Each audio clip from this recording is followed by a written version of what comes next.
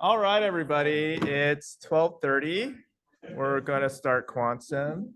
Oh, is my, Oh, that's my. okay. Okay, so welcome. Thanks, everyone, for joining. Okay.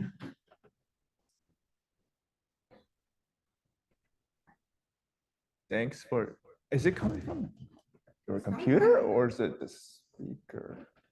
It's coming from my computer, but my computer is on. I'll turn down the volume. My mic is also on. Test?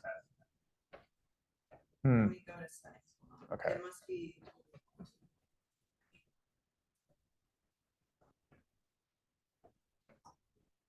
Oh, Crestron, is that the? Crestron is, yeah, this system. Oh, then that's where it's coming from. Okay, but now it's not echoing. Okay, yeah, that's a lot better. All right. Okay, you think this would get easier week after week, but thanks anyways for coming. My name is Terrence. I'm one of the organizers for this year's QuantSem for the Punt Lab. I'll begin with the land acknowledgement. The University of Washington acknowledges the Coast Salish peoples of the land which touches the shared waters of all bands and tribes in the Suquamish, Tulalip, and Muckleshoot nations. Our lab also acknowledges that we live and work on the ancestral lands of the Duwamish people, the first people of Seattle. Now to introduce our speaker, Maia is a stock assessment scientist at the Alaska Fisheries Science Center at NOAA in Seattle. She received her PhD here at SAFS from the University of Washington in the Punt Lab. Her current research interests include the interaction between species traits, climate, and fisheries management, and how to incorporate spatial heterogeneity into the assessment process, and the reliability of commonly used model diagnostics. So Maia, I should ask, are you happy with questions throughout the talk or after? We can do them at the end. Cool. Yeah. Okay, then at the end. Thanks everyone for coming today, and a big thank you to our speaker. And with that, I'll hand it over to Maia. Awesome. So I'm gonna computer so that hopefully the people online can hear me better. Here, okay, awesome. Thank you so much for coming, not least because it's the day before holiday weekend. So appreciate the turnout. I'm definitely not going to speak for the whole hour for that reason.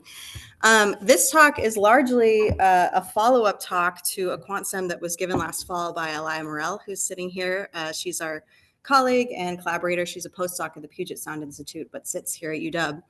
And I had this research idea kind of floating around in my mind for about the last year.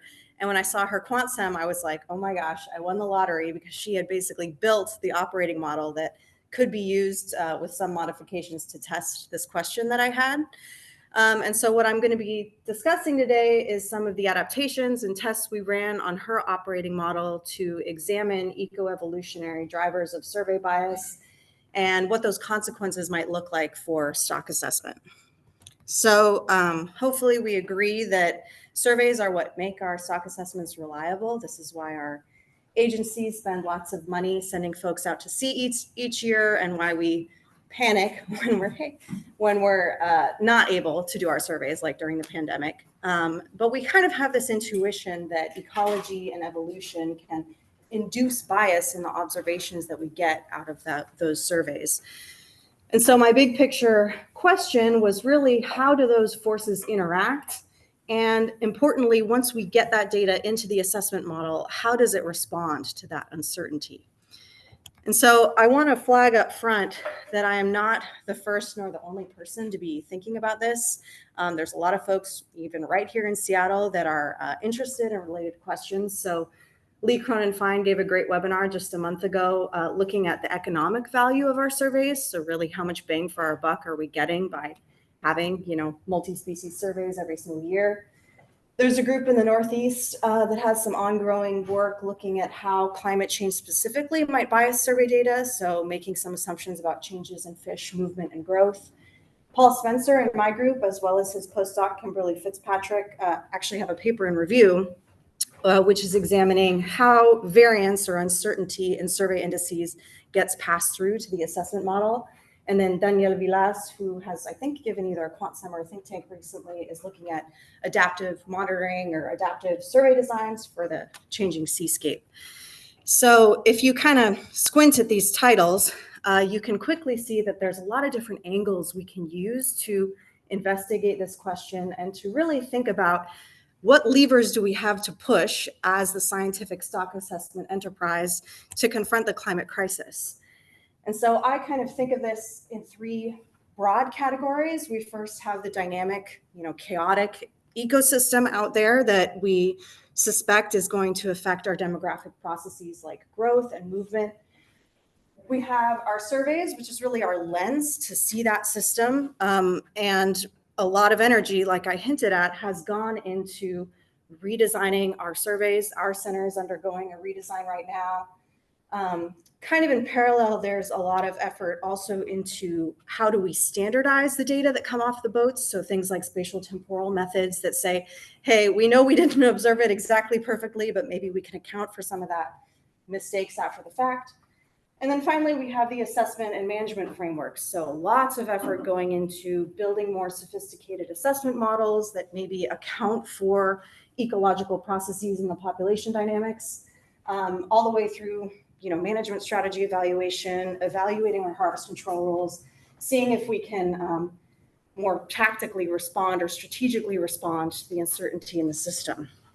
And so I think all of these efforts or categories rather, are valid areas to put our effort. Most of it, especially in my kind of proximity, focuses on these latter two. And again, important, but there is a risk because we are kind of changing our approaches, changing our methods while the system itself is changing. And some of the very recent research that's come out of these types of examinations has suggested that no matter what you do, there's going to be winners and losers. So even if you design the most complicated optimum survey, there's going to be species you're not going to be able to measure very well. The coefficient of variation is going to be high. Same story with management. You might be able to manage your high value species well, but depending on what's going on in the system, you might not be able to do the same for every species in your ecosystem. And so my motivation for this project originated in wanting to kind of take a step back and crack open these categories and ask, are there major uncertainties that are applicable to any system, any management framework that either challenge or characterize our ability to confront this climate crisis? And so I really wanted to revisit how the environment itself is represented in our simulations. So if you look at a lot of the research that concerns these two categories, we're often making these kind of broad brush or fixed assumptions about how climate change is going to impact our species. So you'll see a lot of things like, well, we think under climate change growth is going to decrease 10%, or we think we might enter a new recruitment regime with this level of error. I'm not saying that's the wrong thing to do, but the risk when we do that is we are ignoring the bioenergetics that underlie the whole system, and specifically how evolutionary processes might compound species responses to climate change. And this, of course, is in addition to multi-species interactions, which we know are happening in the environment through space and time. And this is my opportunity to plug Grant Adams' PhD defense that's happening next week. He's done a lot of work on multi-species models. So if you're interested on that, you should check it out. Okay, so the basic question that we really wanted to ask here is, how do ecology and evolution bias the survey data and the resultant estimated quantities that come out of our assessment model? And really, are there characteristics of stocks or populations that are vulnerable to these uncertainties? And so what we did is we simulated populations under various climate and inheritance scenarios, built a simple survey to get some data out of them, fit these in an age-structured model, and then calculated trends in the bias. And so the engine of this work is Elia's model, which is called Evosmos. This is a multi-species bioenergetics ecosystem model that has 16 different species interacting. It's huge, it's very intense, it runs in JavaScript, can't run it on a desktop. And there are two kind of key modules in it. There's a lot of detail in this model, but there's two that are most important for this study. The first is the ecological component. So like I said, it's a multi-species model. We've set it up to run under RCP 4.5, which is an emissions scenario that's considered plausible and is kind of recommended as the best practice for marine simulation modeling. What's like most exciting to me and most novel really about using this approach is that we are not making any assumptions drawing a straight line between the climate and demographic traits. Instead, those traits are emergent properties of the system that occur after we pass layers of things like temperature, oxygen, salinity. They kind of percolate up through the ecosystem, and then we get changes in recruitment, mortality, what have you. And so we're not making guesses about those relationships.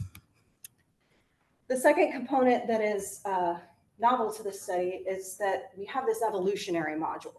And so what that means is that parents are able to pass on their traits to their offspring. And instead of, each new generation having to either, readapt or die or whatever, just look up its trait from a table, it is reflecting or learning from what its parent experienced. And so this enables us to kind of have this compounding of climate effects on demography through time.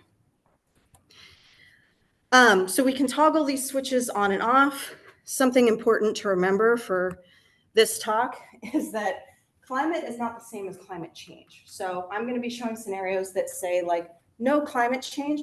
That does not mean that there's no bioenergetics in the system. It simply just means that we aren't having those underlying layers changing through time given an emissions scenario. Similarly, it's easy, especially for modeler types, to confuse evolution and adaptation. So there's not really a value judgment assigned to the word evolution. When this module is on, it simply means that the traits are being passed on through generations, and it's not necessarily a good thing. So you can imagine a scenario where the climate is outpacing a species' ability to do well in that environment, and the evolutionary module is actually having a deleterious effect. So like I said, there are 16 species in this model, but we chose to focus on just 3. And we chose these specifically because they kind of span a trophic gradient. So we have the highest trophic level, which is like this gatid-like species. We have a mid-range or mid-forage species, which is eaten by the gatid and also eats smaller fish. And then we have base forage species. You can think of it like an anchovy or mackerel kind of species. And I mentioned those 2 switches we have to toggle on and off. So the basis of our experimental design are the 4 scenarios that correspond to having either climate change or evolution turned on and off. So manipulating these patterns, we can already see some interesting dynamics going on in the biomass in the system across these trophic levels. So for this talk, the darkest red line is kind of what we think is going on in the real world. So that's when we have climate change and evolution modules on. And you can see straight away that for all 3 trophic levels, that's like the worst case scenario. They're going downwards. They end up in a lower place than in any of the other scenarios. Not exactly the best situation. The darkest green line is where we ignore both of those modules. So again, we have climate layers. They're just not changing. And the evolution module is turned off. And it passes our intuition where we get this kind of more stable trend in the biomass of the system. And so my sort of first takeaway was that it seems like climate change is really driving the show. As soon as you enter the climate change story, especially for higher trophic levels, you're really changing the magnitude and direction of the spawning biomass. So these were largely the results that Alaya found through her dissertation work. And when I was in your position last fall, my assessment mind said, okay, intuitively, this is like a very fertile ground for us to have bad management outcomes, because if you are on this line, but you think you're on this line, it's pretty likely that you're going to misspecify your catches, for example. So that was kind of where my intuition started, but it's very, very important to remember that we never, ever, ever see this. We don't know this. We don't know what line we're on. We don't know what the actual value is in the water. We have to rely instead on a combination of the survey data and the stock assessment that we use to recover this trend. And so let's think a little more carefully about how these dynamics get induced and what is really happening under the hood that leads us to make, estimates of biomass. So I'm going to walk through each of these trophic levels, starting with the lowest trophic level, so this is the base forage fish. Again, to my eye, this is kind of the lowest contrast across scenarios in terms of spawning biomass. If we look at maps of the distribution, so these rows are each of the 4 scenarios. The intensity of the color is how much biomass is within the system. So the darker areas are the most biomass. And these are just timestamps from the operating model. You see a lot of patchiness. So a lot of areas where there's higher biomass and some areas where it seems like there's even been some local extirpation and, the species has basically disappeared. This plot on the right is the weighted age around maturity. And there is some variability and certainly some drift across scenarios, certainly some drift within scenarios, but not a ton of variability among scenarios. So lots of overlap in that trait. Looking at the mid-trophic level, this one had a way more dramatic contrast in the time series of biomass. I'm actually seeing more even distribution across the seascape, meaning it's well represented across the seascape, and not major differences or discrepancies in scenario in terms of patchiness. However, this species shows very strong differentiation in weighted age, depending on the scenario that you look at, much more so than the previous species. And finally, the highest trophic level, again, had these very dramatic contrasts in spawning biomass. Like the previous one, pretty well represented throughout the seascape. Doesn't seem to change much in distribution through time or across scenarios.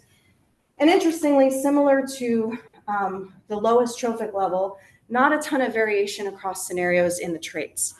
So all of what I just showed you is basically like exploratory data analysis. This is me looking at what's coming out of the operating model and asking, okay, are there intuitive reasons why we might expect a stock assessment to respond differently across these scenarios or trophic groups?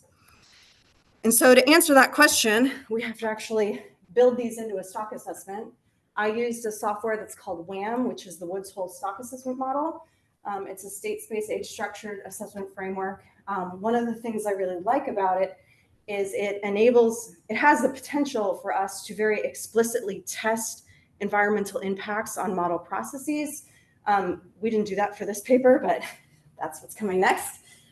For this phase or whatever, the inputs are survey indices, age compositions from those surveys, catch at age, and then information about the demography. And I should make clear that these are single species stock assessments. So we have the super complicated operating model generating the full ecosystem. And this is more like what we would do for management, single species assessment model. For experimental reasons, I've also built what I'm calling the control or the perfect survey. This is a sanity check where I've designed a survey that goes out and observes every single cell in the water, gets the exact correct number that's out there. And the reason we do this is because our response variable is called relative error in estimated biomass. And so what that means is that we just want to measure whether the stock assessment model or the degree to which the stock assessment model misses the mark of the biomass that's in the true system. So a value of 0 means we nailed it, we estimated it perfectly. We would hope that given perfect information, we're able to get there. And then if it's above or below 0, it means we didn't get it right. So first, what I'm going to do is show you what the survey data look like. So the top row are the figures we saw earlier, with the true spawning biomass. This is that experimental control I mentioned. So this is just a single replicate. And what we would, hope to see is that it more or less reproduces the trajectory of biomass that's actually happening in the system. And then our real experiment is down here. I'm calling this the simplified survey. And the only thing that's changed between these two rows is that instead of surveying the whole system, which would never ever happen, I have a 15% coverage. So every year, randomly 15% of the cells get selected and we go out and survey them. And so we can check that this sort of matches our intuition out front. The first thing we would expect is that when we move from perfect information to the simplified survey, the CVs should get bigger because we're not seeing as much of the same area. That's true, of course, for all species. And we also have this nice trend where it corresponds across trophic level the CV corresponds with the patchiness on the maps that I was showing earlier. So down here, we have the base forage species that was really patchy, looked like it was disappearing from certain areas. And that's the one with the highest CV. And then conversely, the gatted, which was pretty well distributed throughout the seascape over time, that has the lowest CV. And of course, this guy's somewhere in the middle. So that was kind of a reassuring sanity check that, yeah, sure enough, when you have something that's unevenly distributed, the statistical property holds that you're going to have more uncertainty in your survey data. The other thing to note here, which we'll come back to, is that obviously when you see less of the system, your data are a little fuzzier. You know, it's much easier to tell the red from the green apart under the perfect scenario than it is down here. So the next order of business is to take these data and put them into the stock assessment model and see what the error in spawning biomass ends up as. And so first we check that our perfect information scenario like passes the red face test. And what we'd largely expect to see is that these should be centered around 0. It's never going to be a perfectly flat horizontal line, but for the most part, it isn't, you know, having some systematic trends. Interestingly, what jumps out in both of these figures, this and the lowest row, which is the simplified survey, is that the variation seems to be much more pronounced across trophic groups versus within scenarios, both in terms of scale and in terms of trend. So what I'm saying is that the gattids and the base forage species actually are doing okay for most of the time series, maybe kind of drop the ball at the end. Whereas this mid-forage species starts missing the mark around 2040 and never really recovers. There's certainly more of a spread for the red values for the climate change scenarios, but this drift is certainly not something you want to see if you're managing species, because it means you're overestimating bias, or sorry, overestimating the stock size. And the reason this is so striking to me is that this is not what we would predict based on the maps, so based on the patchiness or the survey CV. Because remember, we had this very nice linear trend where it was like not patchy, nice low CVs, very patchy, higher CVs, but it's this middle one that's kind of misbehaving. And so I didn't want to just trust my eyes on this, so I did this very loose mixed model approach just to kind of see, like, statistically if there were certain predictors in our experimental design that correlated most strongly with that relative error metric. And what shook out is that indeed the trophic level, so those different species groups, and the presence of evolution were the strongest drivers of relative error. So these are just kind of default figures that come out of that exercise. And what it suggests is that, yeah, you have these bigger differences based on the trophic level and evolution. And climate change alone is not really telling much of the story. And so why would this be? Looking into that mid-forage species again, because it was sort of the misbehaved one, this seems to be where we might find some clues. So what do they have in common? All three of these species have these pronounced downward trajectories in, you know, when the climate change scenario is on. All three of them have what I call fuzzy indices, meaning the CVs in these experimental data sets are such that that trend is masked. But it's only this one that's missing the mark starting around 2040. And what I am thinking is happening is that this is all driven by the trait dynamics. So unlike the other species, this is for the mid-forage fish, starting around 2040, we have this striking contrast in the weighted age of that species. And so what's happening in the model is that it's seeing what it's kind of like a fuzzy trend. It can't really differentiate so much between scenarios, but has a quite different perception of what the weighted age is. So even though climate is having the biggest impact on the spawning biomass at the top level, it's the differences in the traits that are driving the value of the information in the survey data and the resultant bias in the assessment. And the reason I like getting really hyped up about this is because it really complicates our notion of what makes fishery independent data informative. It's not enough to think that some dynamic is just changing the top level dynamic when there's something else going on under the hood.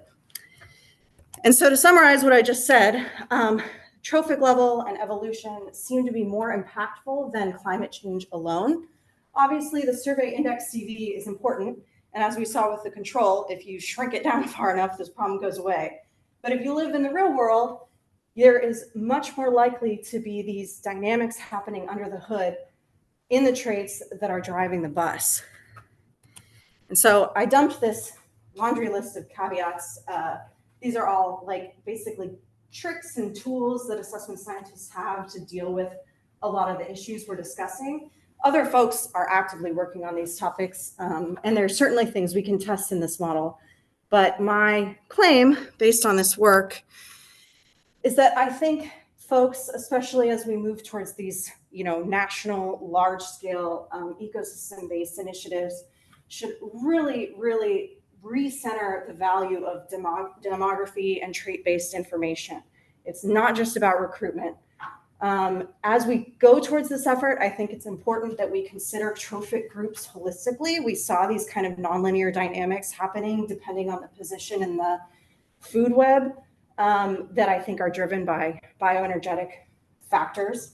And then related to this, of course, is, ask yourself how much you trust your survey uncertainty, because if it is artificially low or in conflict with what's happening in the traits, you might be in trouble.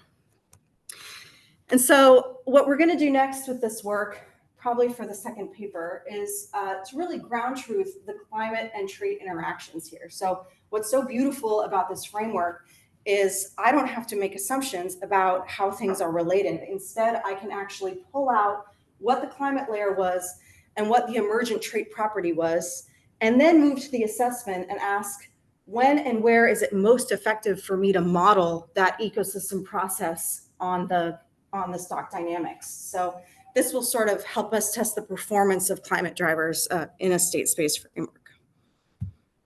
Thanks.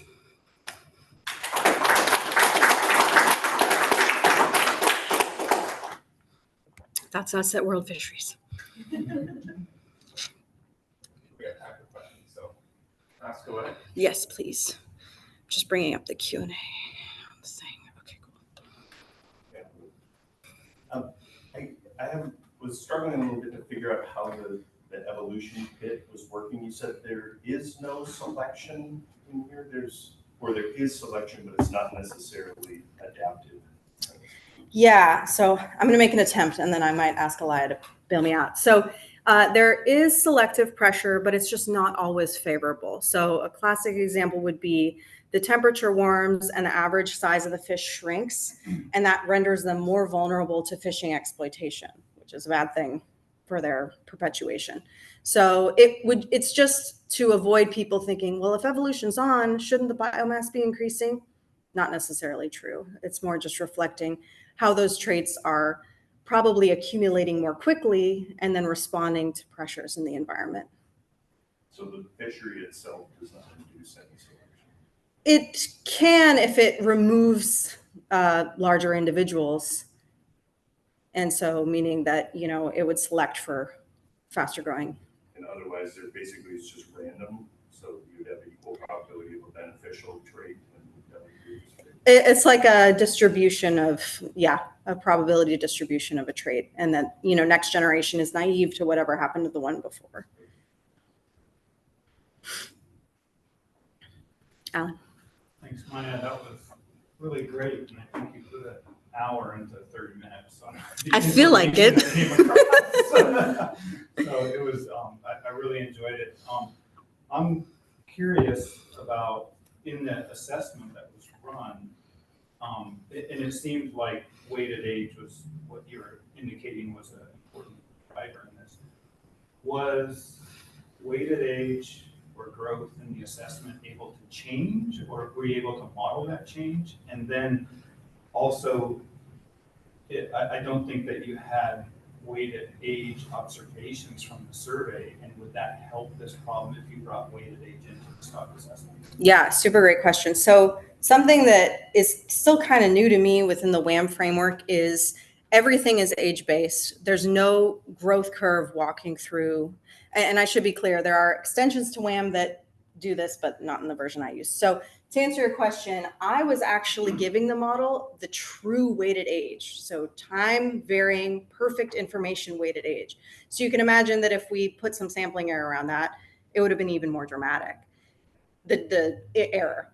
And so what I'm today convinced is happening is that it's the difficulty of these models to reconcile that fuzziness in the index with what it perceives is happening in the, biology of the stock, the phenology, we would say.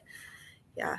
Sorry, and was there a second part to the question? No. But Okay. it just made me have a lot more questions. Yeah. I was hoping that I had the answer there. No, yeah, no, I was Putting too. in- Yeah. putting in the truth is like, oh, wow, you're really. Exactly. Yeah. Well, and that to me, it like blows open so many things for me as well, because, all of our data weighting protocols too lean so heavily on that index. Like we trust our indices with our lives, and we kind of just hope that we like got a reasonable uncertainty, especially in the weighted age. And I think we've been triangulating towards this, Matthew Chang up at University of Alaska has a paper for pollock specifically, like, hey guys, you might want to check this out. Yeah, soapbox. Cool. I look forward to what's next. Yeah. It looks like there was a question online from Lewis. He says, given what we know and don't know about phenotypic plasticity among these species, what is your intuition of how incorporating that into the model would influence these results? Okay, I think this is kind of along the lines of what you asked about like time variation. So we, in this situation, we're imagining we know it perfectly. The plasticity thing is very interesting because this is something I've talked about a little bit with Elia, which is basically like okay, I want to phrase this clearly. How much does the CV in the trait vary with the absolute value of the trait itself? So what I'm thinking specifically is if you have a cod and it grows this big and the CV is, say 10%, that extra 10 or, 10 centimeters, whatever, of cod is worth a heck of a lot more money than, an anchovy. And the reason that's important is because when we're looking at the value of information we get out of all these things, the impact it has on the spawning biomass trend, we work in CV so we can wrap our head around it, but the absolute magnitude of impact to our fisheries system really varies based on the true scale. And so what Lewis is getting at is about plasticity. It's like, I think we know from, more basic ecology that some of these smaller species have much more plasticity. Am I saying that opposite? Yeah, more plasticity, more adaptive capability. So there's nonlinear effects there. That was a complicated way of saying we don't know. Yeah. Great. Yeah. Great talk. Really amazing work. I was not sure to understand, are you running your operating model just with 3 species, or are you just describing your results with 3 kind of archetype of something? The latter, yeah. I just couldn't build 16 assessment models. Yeah, no, that's okay. Yeah. And my second question is, from your idealistic survey coverage that we don't have, you're kind of degrading the information. How did you choose, like you say, it's 15% of this? Is it based on what you know about the survey from NOAA or something? Yeah, so 15% is actually pretty good. And another thing that's pretty good about that simplified survey is that it's happening every year. We're hitting every station. I mean, in real life, it's probably less. Yeah. Relatedly, I don't think I showed the actual numbers, but the like on the ground CVs that are coming out of that design-based estimator are on the order of 10 to 15%, which is also pretty good. We're spoiled at like the Alaska Center. That's kind of run of the mill for us. But I've worked in other regions where that's like, whoa, it's like really low value. So I think these results represent like a pretty optimistic setting for that. Okay. And because the operating model is special, right? Yeah. So I think for now you didn't really play with some special pattern or interaction you could have, but would that something you would like to explore, or you have ideas of how it could impact it? Yeah, I'm really glad you asked that because I had just cut that from this talk because I thought it would add another hour. So when I originally conceived of this project, before I knew Elia and her work existed. And before I knew that Lewis Barnett was actually doing very similar work, I thought, forget the operating model. Let's just do Gaussian random fields. I actually might even have a image of this somewhere. Let's just build some Gaussian random fields that simulate patchiness at degrees that I can control perfectly, hit these with some spatial statistics and then do the same thing, like basically do the design-based estimator. And that would have landed exactly where you expect. I think I even have that old figure. Yeah, it's like, hey, when it's patchy, it's more uncertain, ha ha ha. But without, like, these cells only tell me biomass. There's one number associated with that. There's no age structure, there's no sex structure, there's no weighted age, nothing. And so I would get here and I would say, oh yeah, my assessment is probably going to be kind of wrong. And I would have assigned that lowest trophic level, the greatest uncertainty. But thank goodness for Elia's work, because it actually shows me that, of course, the spatial impacts, matter, but it's really the dynamics that are happening within them that are could be more influential.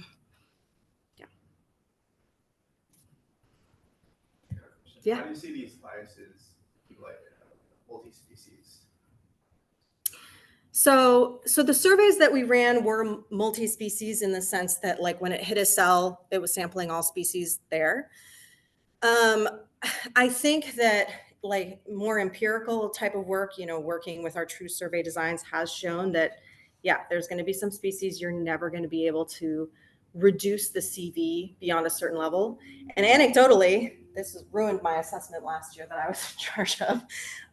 There's kind of this interesting trade-off, which goes back to what we were just saying with Juliet, where you can have a species that is quite well distributed throughout your system, but for maybe spawning aggregation reasons or phenology, which is the case for perch, which I work on, so you will hit a hull that has like a ton of really fat fish in it, and your CV is going to be enormous.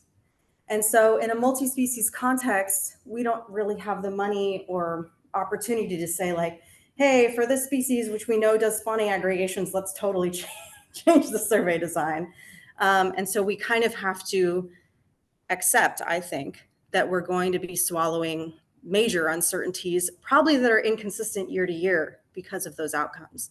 And so that's why I'm very excited about, the next phase of this work, which is to ask, well, are there places we can put that information in our assessment and work around it? Josh. Did your operating model allow for like wholesale species distribution changes over time? Or were you kind of just keeping species just aggregated across the entire spatial? So you mean, like wholesale shifts and yeah, I'm thinking like, did the model allow for, say, like the entire southern region of your spatial configuration just to blackout? End up with nothing because the species shifted north? Yeah. So that would be induced via, we have these like thermal layers that inform the movement occupancy. And so there are cases where that cell is zero because it's simply too hot. Yeah, and I think that's what's inducing the patchiness, especially for that lower level species. Well, if there's no further questions, thank you again, Maia, for the fantastic talk. Thanks all for coming. Hope to see everyone again soon. Happy Memorial Day.